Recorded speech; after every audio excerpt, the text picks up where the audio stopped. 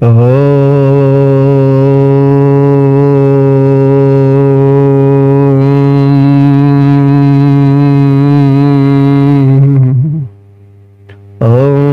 विश्वानुदेव सवितर्दुरितानि पराशुव यद्भद्रं तन्नयासुव। ॐ भद्रं कर्णेभिः शृणुयाम देवा भद्रं पश्येमाक्षिभिर्यजत्राः स्थिरैरङ्गैस्तुष्टुवांसस्तनुर्भिर्व्यसेम देवहितं यदायुः। ओम वेद प्रेमियों, सुधीर श्रोताओं, परम सौभाग्य का विषय है कि हम सब ऋग्वेद के प्रथम मंडल के 175वें सूक्त की व्याख्या में प्रवेश करने का सुअवसर प्राप्त कर रहे हैं। इस सूक्त के मंत्र दृष्टारिष्ट हैं अगस्त्य, मैत्रा, वरुण। इस सूक्त में 6 मंत्र हैं, जिनमें से पहला मंत्र का जो छंद है वह स्कंधो ग्रीवी बृहति है। 2, 3, 4 संख्या के जो मंत्र हैं वो अनुष्टुप में है, और जो अंतिम मंत्र है, छठा मंत्र, वो त्रिष्टुप में है। तो इस प्रकार से ये इस सूक्त के मंत्र और ऋषि विषयक परिचय से हम लोग परिचित हुए। इस संपूर्ण सूक्त के जो देवता हैं वो इंद्र हैं। तो अब हम आगे के क्रम में प्रवेश कर रहे हैं, बढ़ रहे हैं, और सर्वप्रथम ऋग्वेद के प्रथम मंडल के 175वें सूक्त की पहली मंत्र संख्या व्याख्यायित होगी। यह मंत्र स्कंधो ग्रीवी बृहति नामक छंद में निबद्ध है।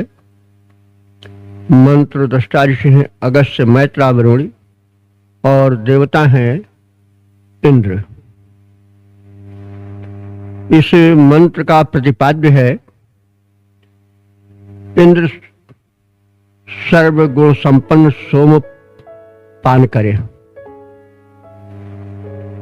तो अब सर्वप्रथम संबंधित मंत्र का पाठ हो जाए। ओम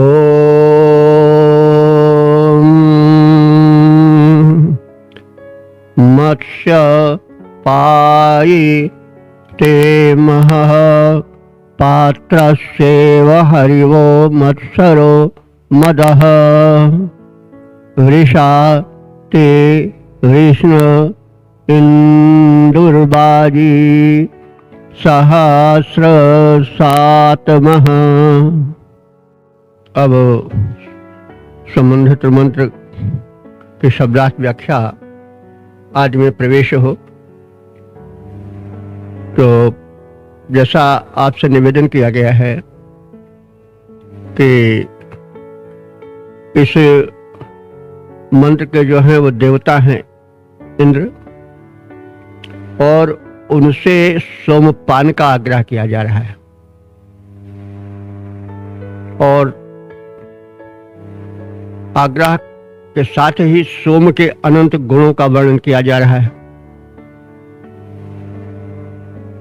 तो सोम है क्या, यह जान लेना आवश्यक है, क्योंकि जब तक वस्तु का, विषय का स्पष्ट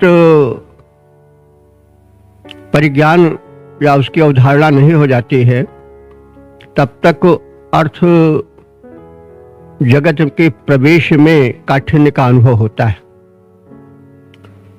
तो सोम को इंद्र भी कहा गया है इस मंत्र में, इंदु का संबोधन किया गया है सोम के लिए।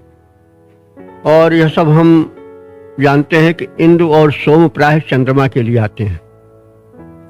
तो हमारे संस्कृत में कोई शब्द निरर्थक नहीं होता, उसके गुणों के आधार पर उसका नामकरण किया जाता है। तो सोम का अर्थ होता है जो सौम्य हो, सुखदायक हो, और इंदु का जो है कि वो इंदयति, प्रसन्नम करोति, प्रसन्नताम वितरति इति इंदु। तो जो प्रसन्न करे, आनंद भर दे, वही इंदु है। तो चंद्रमा के लिए विशेष प्रयुक्त हो गया है, लेकिन इंदु का मूल अर्थ ही है। और ऋग्वेद में सोम के लिए इंदु शब्द का प्रायः प्रयोग हुआ है। तो अब सोम है क्या, इस विषय में प्रायः सामान्य लोग जानते हैं कि कोई नशीली चीज है, जैसे पार्टियों में परोसा जाता है आजकल तरह तरह के नशीले द्रव्य, सुरा आदि का प्रबंधन होता है और वह उसमें आनंद लाता है। तो लोग उसी से सोम को जोड़ते हैं, लेकिन सोम इससे विपरीत वस्तु है। सोम प्रकृति का पोषण प्रधान आनंद प्रद तत्व है। प्रकृति में उस प्रकृति के रचनाकार परमात्मा ने प्राणी जगत के रक्षण के लिए उपयोगी वस्तुओं को भर दिया है। उसका क्षरण सूर्य की किरणों के माध्यम से अथवा अन्य ग्रह उपग्रहों के माध्यम से होता रहता है और पदार्थों में वो संचित होता रहता है। तो कुछ पदार्थ विषैले भी हैं, क्योंकि सब कुछ एक ही रूप में नहीं आता, क्योंकि जो प्राणी है वो भी अनेक हैं और एक चीज किसी के लिए उपयोगी है तो दूसरे के लिए अनुपयोगी है, किसी को विष है तो किसी को अमृत भी है। तो प्राणी जगत के पोषण के लिए उनके हेतु भिन्न भिन्न ऊर्जाएं क्षरित होती रहती हैं उस परम व्यवस्थापक परमात्मा की व्यवस्था के अंतर्गत, जिन्हें वन वनस्पतियां, पदार्थ, फल फूल, अनाज आदि ग्रहण करते रहते हैं। तो सोम एक तरह से एक पोषक तत्व है, जिसे वनस्पतियां, पदार्थ और आहार भक्षण वाली जो वस्तुएं हैं, अन्न हो या और भी फल फूल, मूल, कंदारी हो, वे सब उन्हें ग्रहण करते हैं। तो सोम वह तत्व है, इसके लिए कहीं नहीं, कई जगह पर आया है वेदों में कि सोम से ही जो है सूर्य में प्रकाश है, सोम से ही चंद्र प्रकाशित है, सोम से ही वायु प्रवाहित है। तो कहने का मतलब सोम वह तत्व है जिससे प्राणवान है यह, शक्तिमान है यह जगत। तो वो सोम जो कि अंतरिक्ष से क्षरित होता रहता है, पृथ्वी पर आता रहता है, किरणों के माध्यम से उसे वनस्पतियां ग्रहण करती हैं। तो सोम वह एक पोषक तत्व है जो कि स्वास्थ्यप्रद है, आनंदप्रद है। और जब स्वास्थ्य रहेगा तभी आनंद भी आवेगा और तभी जो है वह धर्म अर्थ काम मोक्ष भी सध सकेगा, क्योंकि धर्मार्थ काम मोक्षाणाम आरोग्यम मूलमुत्तमम। आरोग्य ही धर्म अर्थ काम मोक्ष सबका मूल है। तो सोम वह तत्व है जो आरोग्य प्रदान करता है, आरोग्य से ही सुख होता है, समृद्धि होती है। तो अब सोम जो है वह है तो सर्वत्र बिखरा हुआ जो उपयोगी पदार्थ है उसमें, लेकिन सोमलता एक ऐसी वनस्पति है जिसमें कि सोम तत्व विशेष रूप से संचित रहता है।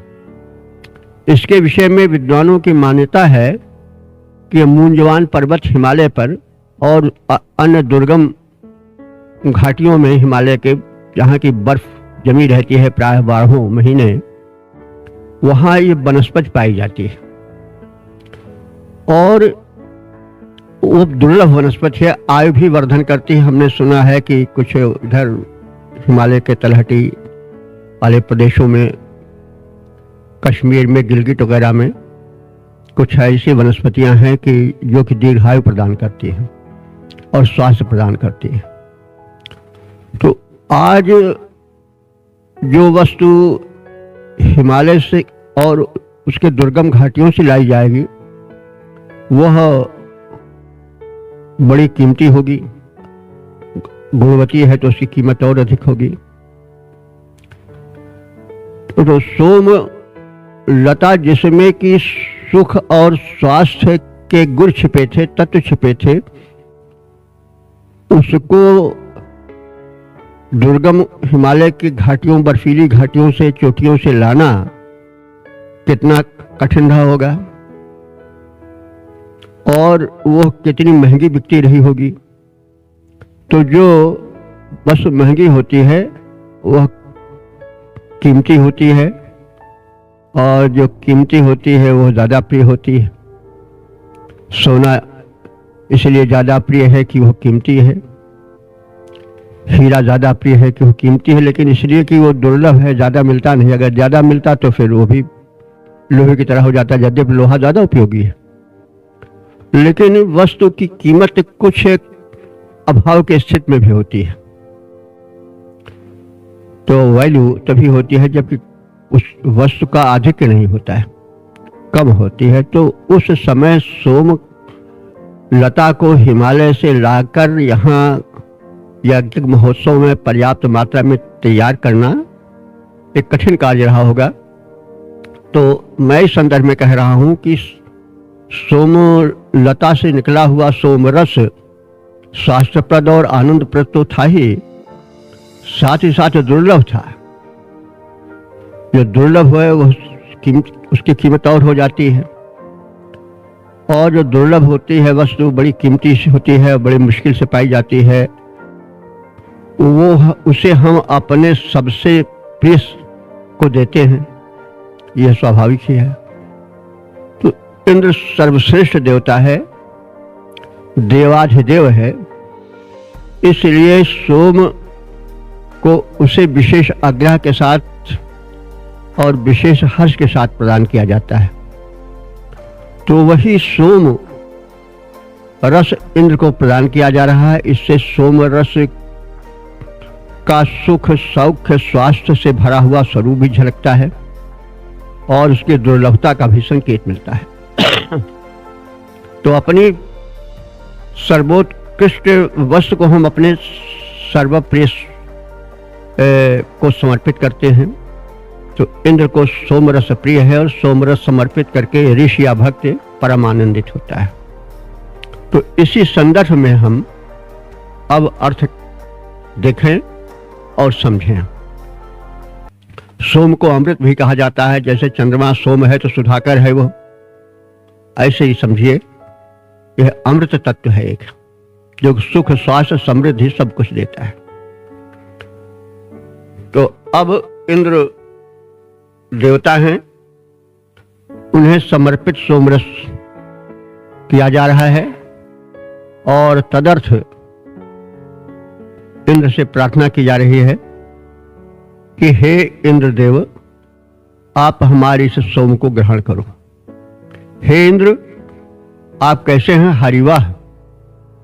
हरि कहते हैं घोड़े को, आप घोड़े वाले हो, अर्थात वाहन का जो सर्वोच्च साधन है वह अश्व या घोड़ा होता है, उस समय खास तौर से था।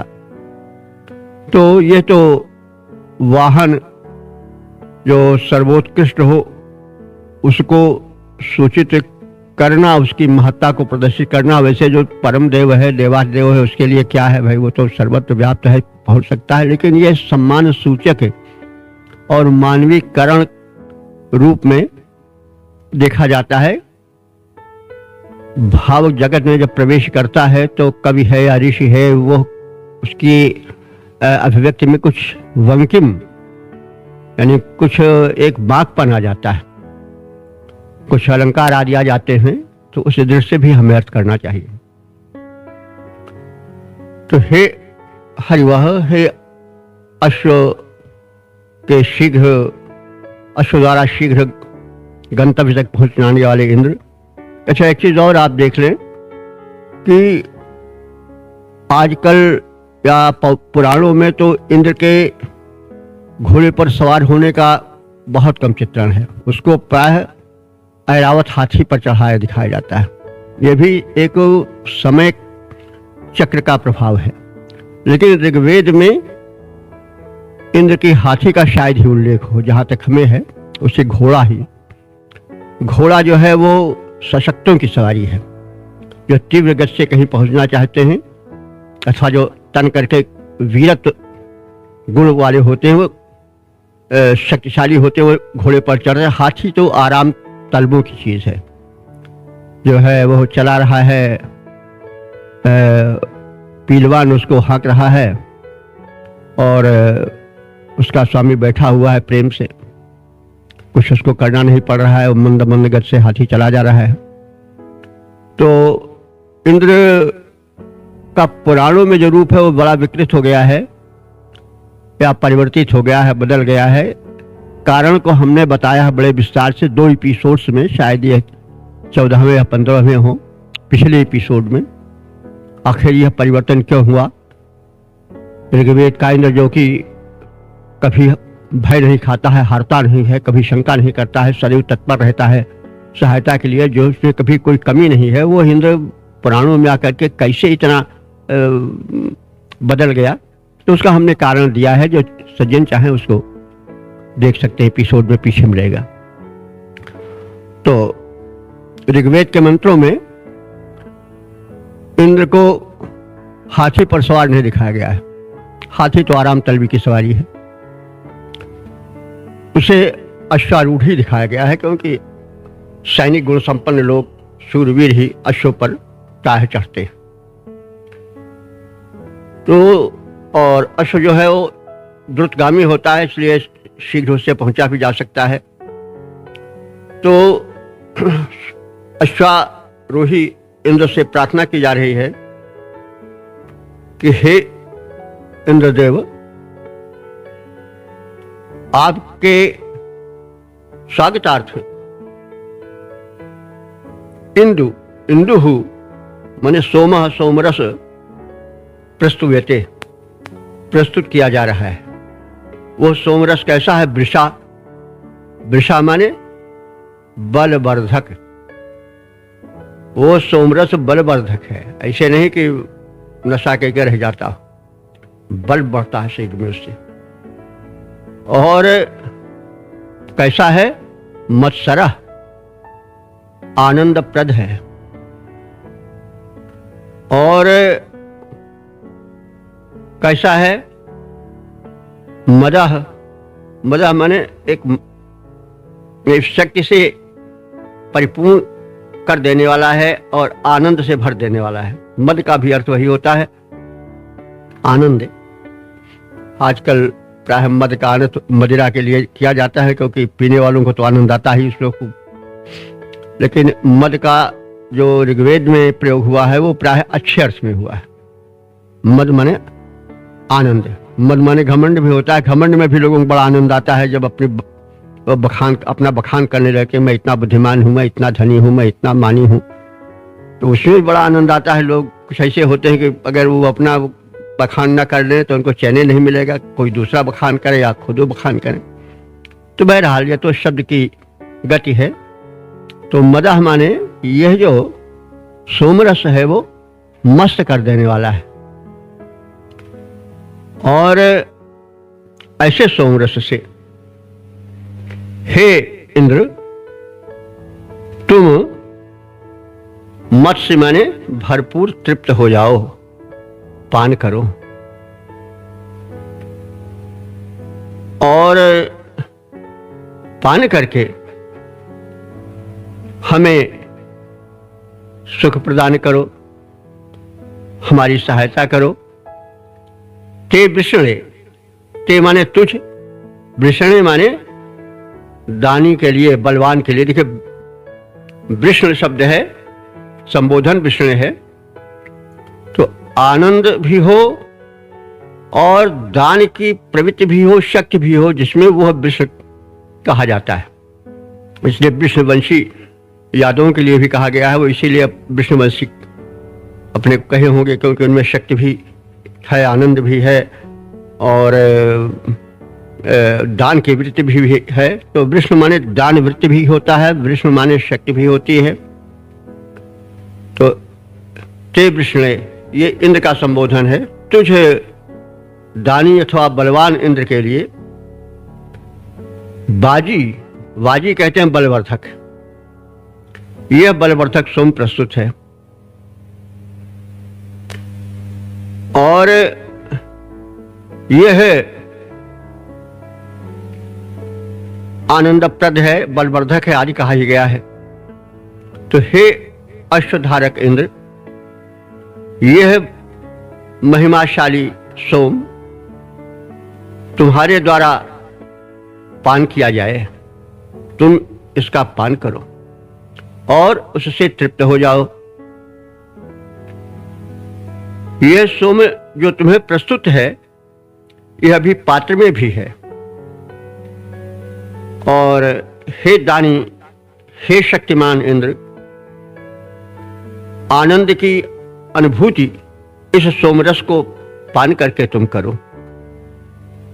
यह सोम सहस्त्रों की संख्या में धन प्राप्त कराने में समर्थ है और बलवर्धक है। इसके लिए आया सहस्त्र सातमा, हजारों की संख्या में धन प्रदान करने वाला है यह सोम। भाई इसके अर्थ यूं समझा जाए कि जब स्वास्थ्य रहेगा, शक्ति रहेगी, तो धन तो मिलेगा ही। तो अब इसको इस तरह का कि यह सोम जो है वो धन प्राप्त कराने की सामर्थ्य देता है। तो इसका मतलब स्वास्थ्य देगा तो स्वास्थ्य के पीछे ही धन आवेगा, बल्कि हेल्थ इज वेल्थ, तो साक्षात धन ही है स्वास्थ्य। तो सहस्र सातवां यह सोमरस जो है वो सहस्रों की संख्या में धन प्राप्त कराने में समर्थ है। वृषा माने बलवर्धक है। तो आदि आदि विशेषणों को सोम के साथ जोड़ करके उस अपने परम प्रिय उपास्य देव इंद्र को ऐसे सोम पान के लिए भक्त या ऋषि आग्रह करता है कि हे अश्वधारी इंद्र, यह महिमाशाली सोम तुम्हारे पानार्थ प्रस्तुत किया जा रहा है, तुम इससे पीकर तृप्त हो जाओ। और यह सोम जो तुम्हें प्रस्तुत किया गया है पात्र में, वो तो है ही है, साथ साथ अभी पात्र में और सोम है। यथेष्ट इच्छा पूर्वक सोमपान आप करें, तृप्त हो। हे दानी इंद्र, तुम इस सोम का पान कर आनंद की अनुभूति करो। यह सोम सहस्रों की संख्या में धन प्रदान करने में सक्षम है और बलवर्धक है। तो यह एक समर्पण है। तदीयम वस्तु गोविंद तो भीमेव समर्पय। तो अपने सर्वप्रिय वस्तु को, अपने सर्वप्रिय को प्रस्तुत करने में जो आनंद होता है, वही आनंद इस दुर्लभ सोमरस को, इंद्र को समर्पित करने में ऋषि को या भक्त को या उपासक को आनंद हो रहा है। इसका पद रूपांतरण देख लें। हे अश्वधारक इंद्र, यह सोम बलवीर जबरदक सोम है, बलवीर जबरदक सोम है। पीकर इसे होता निमज्जित हर्ष में प्रतिरोम है। पीकर इसे होता निमज्जित हर्ष में प्रतिरोम है। धन धान्यदायक सोम को हे इंद्र पीकर हो मुदित, है शक्ति सुखवर्धक परम सौभाग्य कर देता उदित। ये सोम सौभाग्य प्रदान करने वाला है। मैं अपने सर्वप्रिय वस्तु को आपको समर्पित कर रहा हूं। ओम वेद प्रेमियों, सुधी श्रोताओं, संप्रति हम सब ऋग्वेद के प्रथम मंडल के 175वें सूक्त के दूसरे मंत्र की व्याख्या में प्रवेश करने जा रहे हैं। इस मंत्र के दृष्टा ऋषि हैं मैत्रा वरुण, देवता हैं इंद्र और छंद है अनुष्टुप। इस मंत्र का प्रतिपाद्य है इंद्र से शक्ति संपन्न सोमपान का आग्रह। अब संबंधित मंत्र का सर्वप्रथम पाठ हो जाए। ओम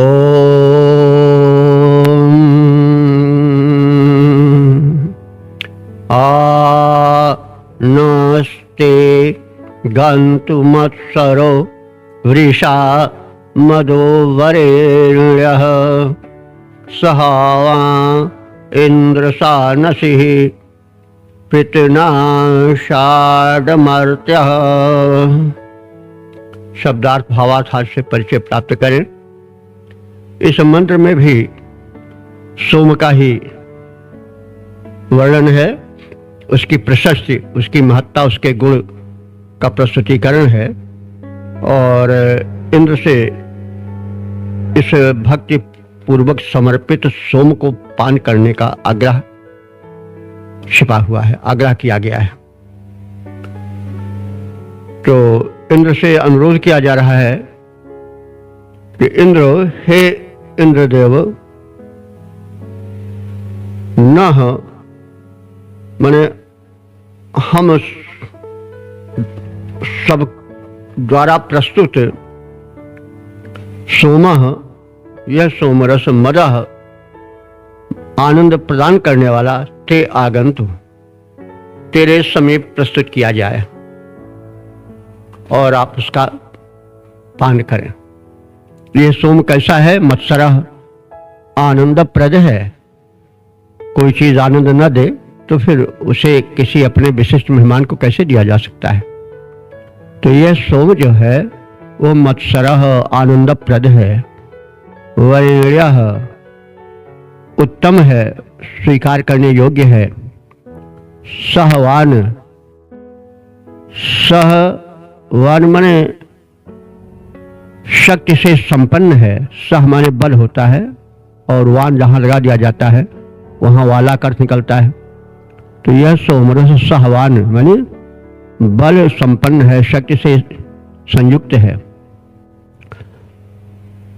और सानसी ही, यह दानशील है। कहने का दानशील से तात्पर्य हुआ इस सोम, यह सोम जो है आनंद का दान देता है, शक्ति का दान देता है, इसलिए सानसी ही है। आनंद यह दानशील सोम है। पृतनाषाठ, यह पृतनाषाठ माने शत्रु की सेना को परास्त करने वाला है, क्योंकि इसके पान से जो है वह शक्ति संचार होता है और शत्रु इस शक्ति के कारण से परास्त होता है। क्योंकि जो शत्रु है वह कमजोरों पर भारी पड़ता है और जब व्यक्ति शक्तिशाली हो जाता है तो शत्रु अपने आप ही दब जाता है। तो यह जो सोमरस है वो अपने शक्ति के कारण और शक्तिवर्धक गुण के कारण पृतनाषाठ माने शत्रु सेना को भी परास्त कर देने वाला है। अब शत्रु सेना तो मूल रूप से यह है जो हमारा विरोध कर रहे हो अस्त्र शस्त्र लेकर के, तो वो तो हमारे शत्रु खैर है ही हैं, लेकिन हमारे शत्रु और भी तमाम हैं। काम, क्रोध, लोभ, मद, मोह, ये सब तमाम शत्रुएं तो हैं देखने में, बल्कि ज़्यादा खतरनाक है। ये बने तो अपने रहते हैं कि हाँ हाँ हाँ करते रहते हैं, बड़ा अच्छा कर रहे हो, लेकिन हैं ये बड़े खतरनाक। उन शत्रुओं से ज़्यादा खतरनाक ये हैं। कहा भी गया कि अगर क्रोध है तो फिर शत्रु की क्या आवश्यकता है? अब ऐसे गलत बात करोगे, गलत काम करोगे, शत्रु जो काम करता है मारता पीटता है, ऐसे तुम मारी पीटे जाओगे, ऐसे ही परास्त किए जाओगे, ऐसे ही दुर्दशा में डाल दिए जाओगे। तो शत्रु यही तो करता है। तो ये काम, क्रोध, लोभ, मद, मोह जितने हैं ये सब शत्रु ही हैं, बल्कि शत्रुओं से ज्यादा घातक हैं, क्योंकि हम मिलकर मारते हैं।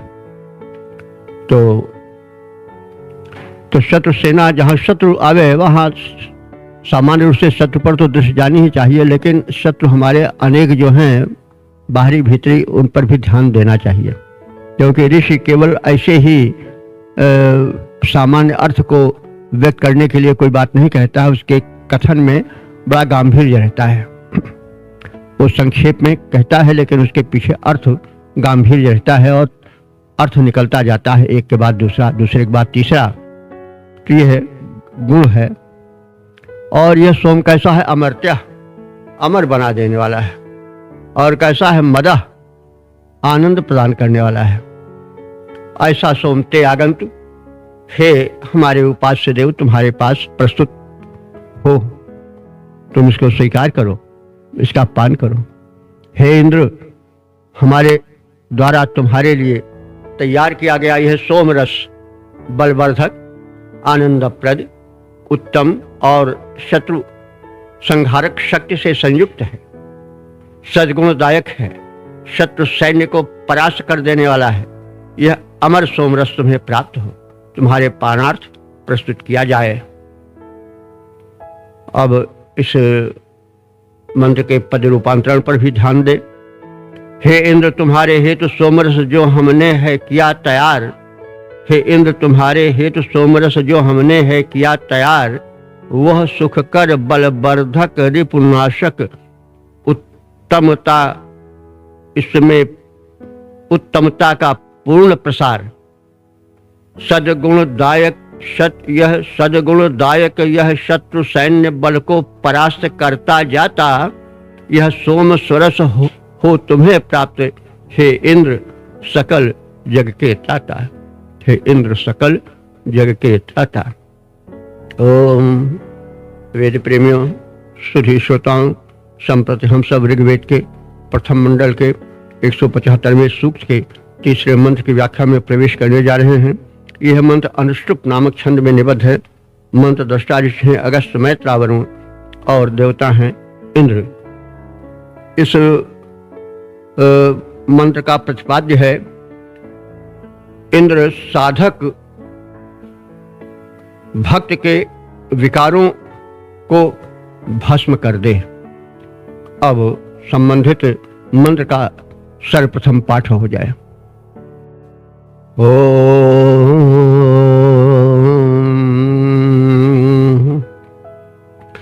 त्वं हि शूरः सनीता चोदयो मनुष्यो रथम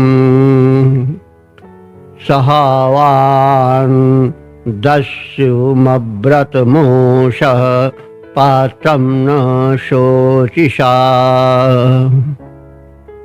शब्दार्थ भावार्थ आज से परिचय प्राप्त करें। इस मंत्र में इंद्र को आत्मा रूप में संबोधित किया गया है। कोश में आत्मा व इंद्र कहा भी गया है।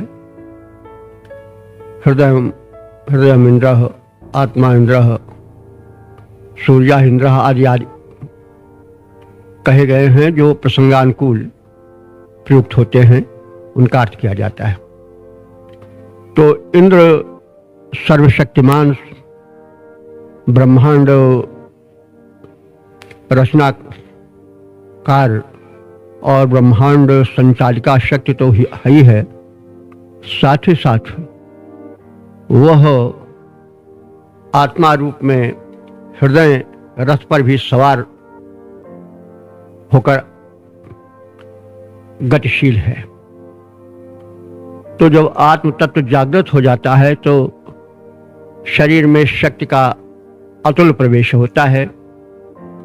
मनुष्य ही परमात्मा बन जाता है। आत्मा ही परमात्मा का प्रारूप तब ले लेती है जब उसका प्रबल तेज जागृत होता है, अपने स्वरूप को पहचान लेता है।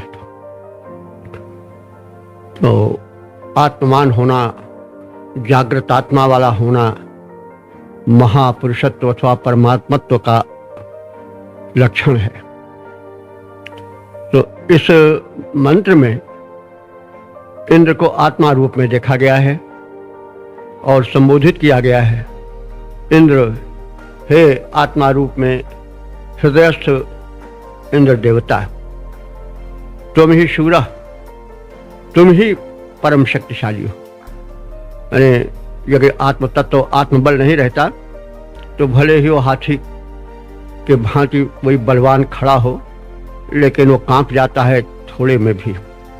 तो न आत्म बलम समम बलम, आत्मबल के समान दूसरा बल नहीं होता है। ये तो मान्य तथ्य है, स्पिरिचुअल पावर के आगे कौन नहीं नतमस्तक होता है। तो वही बात मंत्र बता रहा है कि तुम जो हो वो शूरा, वास्तव में वीर तुम ही हो, शरीर नहीं वीर है, तुम ही शूरा, तुम ही शूरवीर हो, शौर्य संपन्न हो, शक्तिशाली हो। और सनिता, सनिता माने दाता। हे आत्म, हे तत्व रूप में विराजमान इंद्र, जब तुम प्रबल होते हो, जागृत अवस्था में आते हो, शक्ति संपन्न बन जाते हो, अपने स्वरूप को पहचान लेते हो, तो तुम दाता बन जाते हो। यानी जो कुछ मनुष्य चाहता है वो कर डालता है। मनुष्य, हे आत्मा रूप में विराजमान इंद्र, तुम मनुष्य माने मनुष्य के, रथम माने शरीर रूपी रथ को, चोदह माने चलाते हो, प्रेरित करते हो, आगे बढ़ाते हो। सहवान, तुम बल से भरपूर हो। सह माने बल होता है, यह पहले भी कहा गया है। सह, सा और हा सह, यह मतलब सार्थक शब्द है और यह संज्ञा रूप में प्रयुक्त है, निपात रूप में नहीं। जैसे एक सहयोगी तृतीया जो होता है वो तो निपात रूप में आता है, यानी अव्यय रूप में आता है, उसका कोई रूप नहीं चलता है। सह जो है वो अस्मत् का भले सातवते एक वो भी होता है, लेकिन ये सह है, यह संज्ञा रूप में है। इसका अर्थ होता है बल। जैसे बलदेव वैसे सहदेव भी नाम पड़ता है। तो सहवान, तुम बल से परिपूर्ण हो और आगे उस बल के जागृत होने पर क्या अद्भुत कृत्य हो जाता है, क्या विशेष तेज आ जाता है, इस बात को पुष्ट किया गया है कि जब हे इंद्र तुम आत्मा रूप में जागृत हो जाते हो तो तुम्हारा तेज बड़ा प्रचंड हो जाता है। तुम पावकवत हो जाते हो, अग्निवत हो जाते हो। और अव्रतम, जो व्रतहीन हैं, ऐसे आसुर वृत्तियों के तुम बाधक हो, उनको तुम भस्म कर देने वाले हो। कैसे? जैसे शोचिषा अग्नि अपने तेज द्वारा, शोचिषा बने तेज द्वारा, जैसे अग्नि शोचिषा अपने तेज द्वारा पात्रम, कोई जो वस्तु अग्नि के संपर्क में आती है वो जल उठती है, तप उठती है, भस्म हो जाती है।